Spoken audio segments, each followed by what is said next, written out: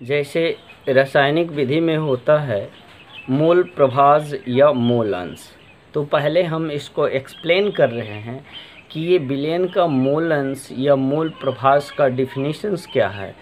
तो किसी विलयन में, खासकर द्विअंगी विलयन जिसमें विलेय और विलायक हो, तो किसी विलयन में किसी घटक का मोल प्रभाज विलेय के मोलों की संख्या या एक घटक के मोलों की संख्या और उस विलयन में उपस्थित सभी घटकों के मोलों के योगफल के अनुपात के बराबर होता है।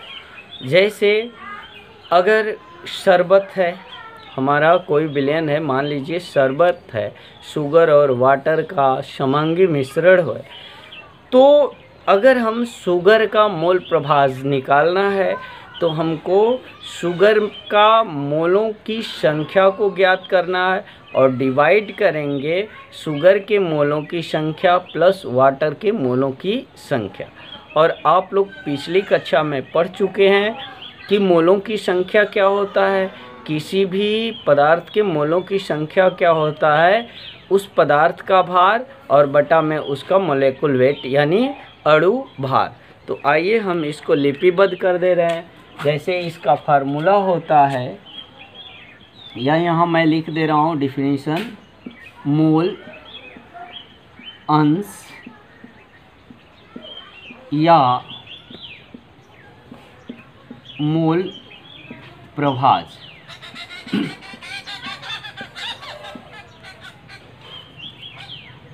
किसी विलयन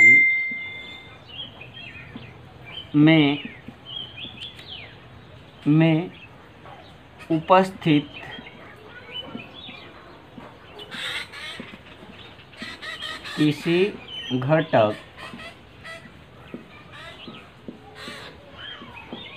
किसी घटक का मोल प्रभाज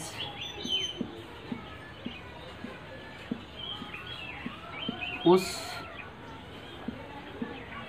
घटक के मोलों की संख्या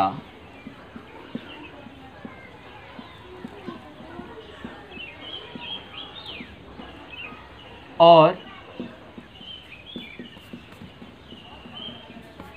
विलयन में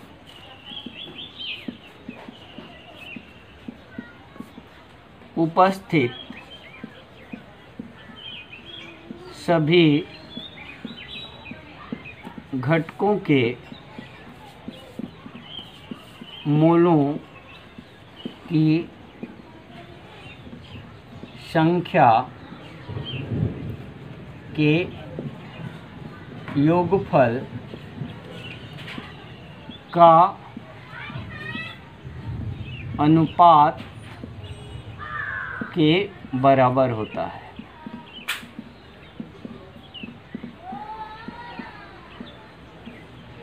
जैसे ये फार्मूला लिख रहे हैं, विलेय का मोल अंश लिखिए या प्रभाज लिखिए, दोनों एक ही चीज़ है। विलेय का मोल अंश बराबर क्या होगा, विलेय के मोलों की संख्या बटा विलेय के मोलों की संख्या प्लस विलायक के मोलों की संख्या। यह हमारा पहला फार्मूला हुआ। दूसरा, इसको तोड़ के करते हैं तो विलेय के मोल अंश बराबर, अगर इसको तोड़ेंगे तो क्या होगा, विलेय का भार बटा में अणु भार, और इसी तरह सेम यही विलेय का भार बटा में अणु भार गुणे विलायक का भार बटा में अणु भार। यह हम विलयन के एक घटक विलेय का मोल अंश निकाले हैं। अगर विलायक का निकालना होगा तो विलेय के जगह पर हम क्या लिख देंगे, विलायक, तो हमारा मोल प्रभास निकल जाएगा। अब हम इसको एक क्वेश्चन के माध्यम से आपको समझाना चाहेंगे। तो आइए क्वेश्चन पर देखिए, मोल अंश पर जो इससे रिलेटिव क्वेश्चन है मैं यहाँ राइट कर लिया हूँ। दिया है एक विलयन में बेंजीन 30 ग्राम द्रव्यमान प्रतिशत है और कार्बन टेट्राक्लोराइड में घुला हुआ है, तो बेंजीन का मोल अंश ज्ञात कीजिए। ये W/W है, तो यहाँ बेंजीन जो है, बेंजीन का द्रव्यमान, तो इसको सॉल्व करेंगे तो पहले क्या लिखेंगे, बेंजीन, और बेंजीन का अणु सूत्र होता है C6H6 का भार कितना लेंगे, टोटल विलयन W/W से कितना ग्राम हुआ, 100 ग्राम, जिसमें 30 ग्राम बेंजीन है जो कि ये विलेय है, और विलायक कौन है, कार्बन टेट्राक्लोराइड CCl4। तो हमारा इसका भार कितना हुआ, 30 ग्राम हो गया। अब यहीं पर इसका एटॉमिक वेट भी निकाल लीजिए, क्योंकि मोल अंश निकालने में इसका ज़रूरत पड़ेगा। तो अणु भार इक्वल टू क्या हो जाएगा, 6 इंटू C का भार प्लस 6 इंटू H का परमाणु भार या अणु भार जो कहिए भार। तो ये हो जाएगा 6 और कार्बन का 12, 6 इंटू 1, तो ये 78 ग्राम प्रति लीटर हो गया। ठीक है ना, या इसको AMU भी लिखते हैं। अब हमारा कार्बन टेट्राक्लोराइड का भार दिया है, कार्बन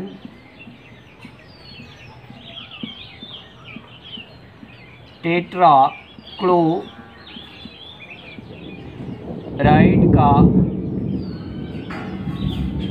द्रव्यमान 30 ग्राम ये हो गया, तो 100 माइनस 30 ये 70 ग्राम हुआ।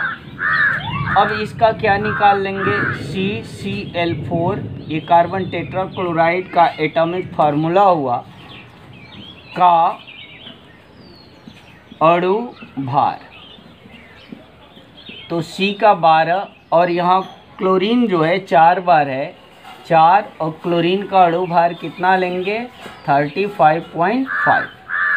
अब इसको मल्टीप्लाई कर दो, 20, 22, और ये तो यहाँ 154 क्या हो गया, U हो गया, या AMU हो गया। अब हमारा निकल चुका। अब बेंजीन का मोल अंश निकालेंगे, तो लिखेंगे बेंजीन का मोल अंश, तो क्या होता है, बेंजीन का भार बटा अणु भार। तो बेंजीन का भार कितना है, 30, और इसका अणु भार कितना आया था, 78 बाई। अब इसी का बेंजीन का यानी विलेय का, और विलेय प्लस विलायक दोनों का मोलों की संख्या 78 प्लस कार्बन टेट्राक्लोराइड का कितना, 70 और 154। अब इसको आप सॉल्व करोगे तो हमारा आंसर आ जाएगा 0.45 और 9। ये इसका कोई यूनिट नहीं होता है, और ये हमारा रिक्वायर्ड आंसर हो जाएगा।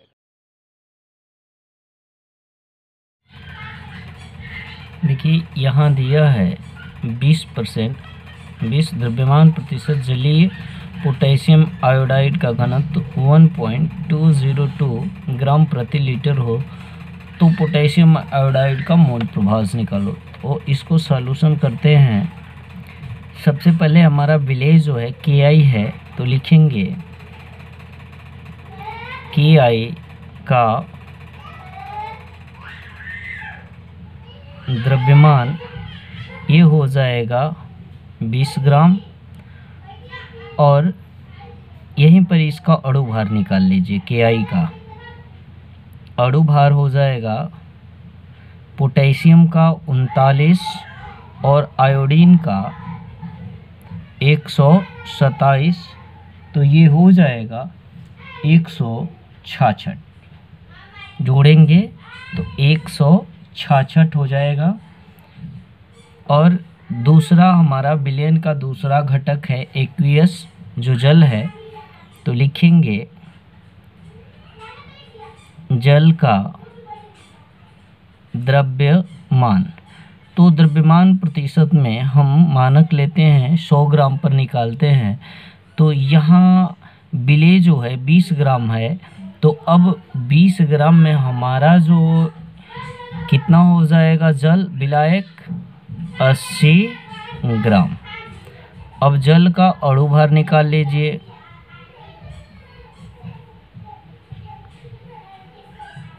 जल का अणु भार यानी H2O का करेंगे तो 2 × 1 + 16।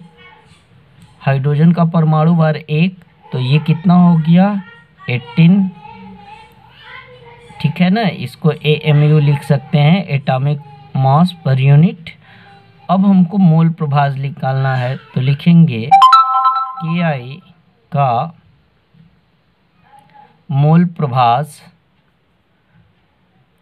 प्रभाज या मोल अंश, शोर न करो, KI का मोल प्रभाज क्या हो जाएगा, KI के मोलों की संख्या बटा में विलयन में उपस्थित सभी घटकों का। तो ये देखिए KI का कितना हो जाएगा, KI का आपका 20/166, और फिर 20/166 प्लस हमारा जल है 80 बटा कितना हो जाएगा 18। इसको सॉल्व कर लीजिए, 2 से कटा दीजिए 10, और ये हो जाएगा 83, और ये भी कट जाएगा 10, और ये 83 प्लस ये भी कटा दीजिए 40, और ये 9। अब ये 10/83 एलसीएम ले लीजिए 9, तो ये हो जाएगा 10 × 9 + 40 × 83। अब ये ऊपर चला जाएगा, ये कहाँ चला जाएगा ऊपर, तो ये हो जाएगा 10 × 83 × 9, नीचे 83, और ये हो गया 90 प्लस, इसको सॉल्व करेंगे 0 2, और ये 3। अब यहाँ जो है क्या होगा, 83 से 83 कट गया, ये हो गया 90, इसको ऐड कर दीजिए। ये ऐड करेंगे तो हो जाएगा 0 9 × 11 4 और 3। अब इसको जो है डिवाइड करेंगे तो लगभग आ जाएगा 0.06 और समथिंग आएगा। यही हमारा रिक्वायर्ड आंसर होगा। यहाँ दिया है 46 ग्राम एथिल एल्कोहल तथा 36 ग्राम जल के विलयन में एथिल एल्कोहल का मोल प्रभाज की गणना करो। तो देखिए इसको सॉल्व करेंगे तो इसमें एथिल एल्कोहल जो है विलेय है और जल जो है विलायक है। ठीक है, तो हम पहले एथिल एल्कोहल का भार लिखेंगे।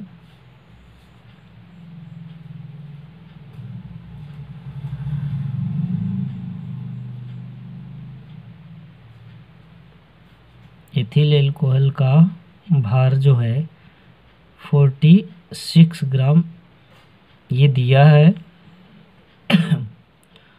उसके बाद C2H5OH का अणु भार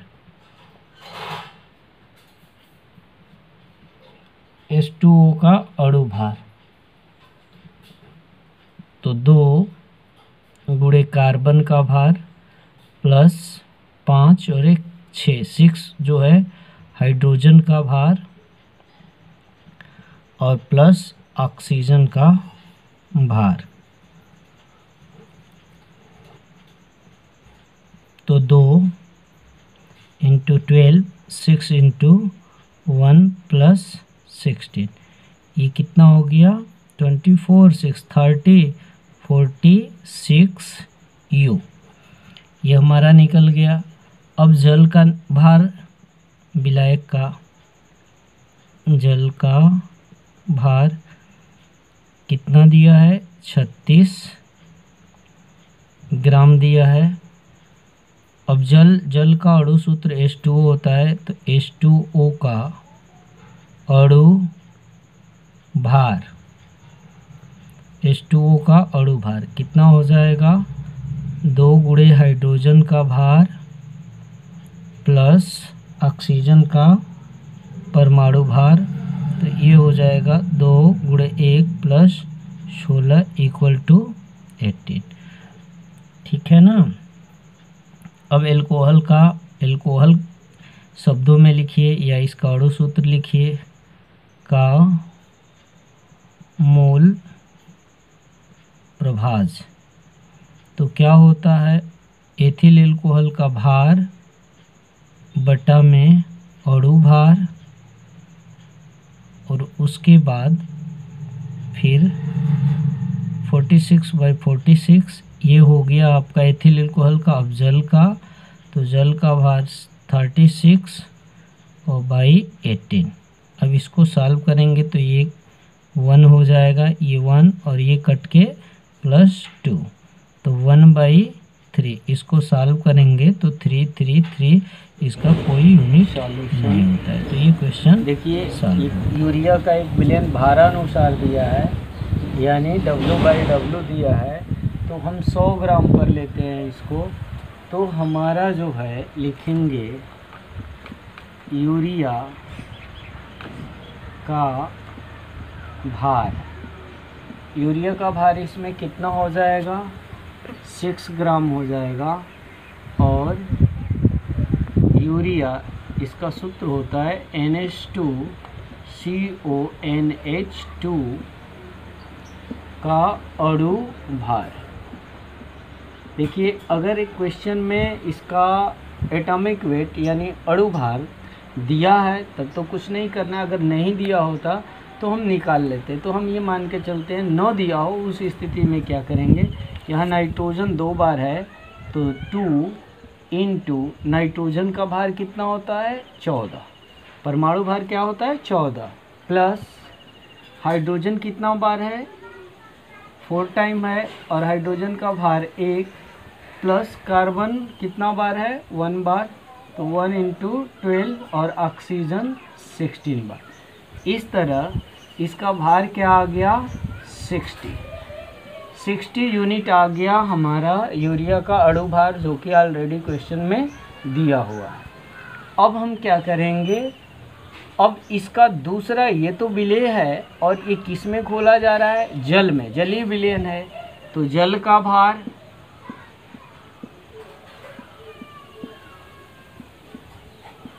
तो जल का भार 6 ग्राम है, 100 ग्राम में 6 ग्राम यूरिया है तो कितना बचा 94 ग्राम जो है वाटर होगा। और जल का अणु भार तो यहाँ हाइड्रोजन 2 टाइप्स है तो 1 और प्लस ऑक्सीजन का 16 ये 18 यूनिट हुआ। अब हमें यूरिया का मोल प्रभाज निकालना है तो लिखेंगे यूरिया का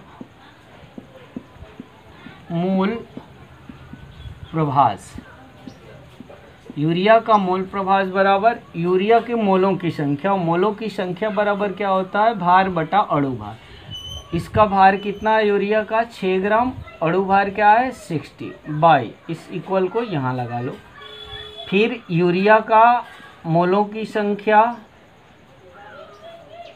प्लस जल का भार कितना है 94 ग्राम है और इसका अणु भार 18 है। अब इसको सॉल्व करेंगे तो ये भाग देंगे तो क्या हो जाएगा 0.1, इसका भाग देंगे तो 0.1 और इसको अगर आप भाग दोगे तो भाग दे के यहाँ देख लेते हैं 5.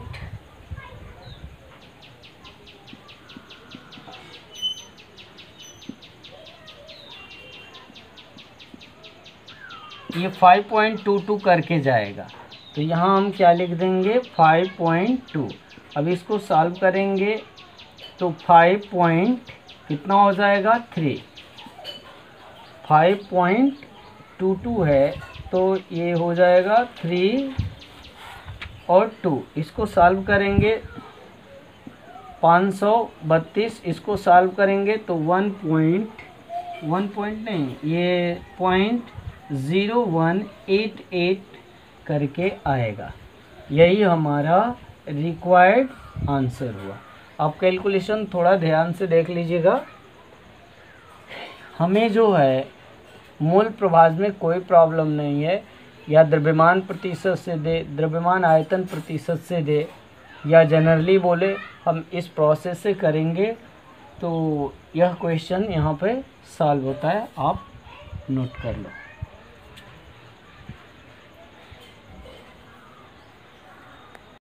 ये मोल प्रभाज का इस वीडियो का अंतिम क्वेश्चन होगा।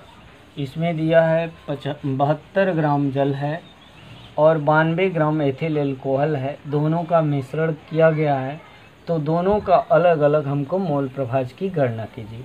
तो आइए इसको सॉल्व करते हैं। तो सबसे पहले हम जल का ले लेते हैं। जल का भार 72 ग्राम है और जल का अणु भार H2O का अणु भार कितना हो जाएगा 2 और हाइड्रोजन का भार 1 होता है, ऑक्सीजन का 16, इस तरह कितना हो गया 18 AMU। केवल U लिखिए या एटॉमिक मास यूनिट लिखिए। अब इसी तरह हमारा दूसरा जो है एथिल एल्कोहल है, तो एथिल एल्कोहल लिखिए या ऐसे भी लिख सकते हैं C2H5OH का भार, और इसका भार जो है 92 ग्राम दिया है। अब इसका अणु भार निकालेंगे C2H5OH का अणु भार। तो देखिए यहाँ C जो है 2 बार है तो 2, और कार्बन का परमाणु भार 12 होता है, हाइड्रोजन 5 टाइम यहाँ है 1 टाइम यहाँ, टोटल 6, और इसका भार होता है 1, ऑक्सीजन जो है 1 बार है और उसका 16, तो ये 24 प्लस 6 और प्लस 16, तो कितना हो जाएगा 30 40, ये 46 हो गया AMU। अब हमको पहले एथिल एल्कोहल का मोल प्रभाज निकाल लेते हैं। लिखेंगे C2H5OH का मोल प्रभाज, यहाँ फार्मूला भी लिख दे रहे हैं C2H5OH का भार बटा में अणु भार बाई C2H5OH का भार बटा अणु भार प्लस दूसरा हमारा क्या है जल है, तो जल का भार बटा अणु भार, इस फार्मूले पे रखिए। C2H5OH का भार कितना है 92 बाई इसका एटॉमिक वेट 46, 92 बाई 46 और वाटर वेट 72 और इसका एटॉमिक वेट 80। इसको सॉल्व करेंगे तो 2 टाइम में आ जाएगा 46, 2J 92, तो ये यहाँ पर मिला 2, इसको 2 और 4 टाइम में हो जाएगा ये, तो ये 2/6 कैंसिल करेंगे तो 1/3। अब 1 में 3 से डिवाइड करेंगे 0.333, यही हमारा रिक्वायर्ड आंसर हुआ।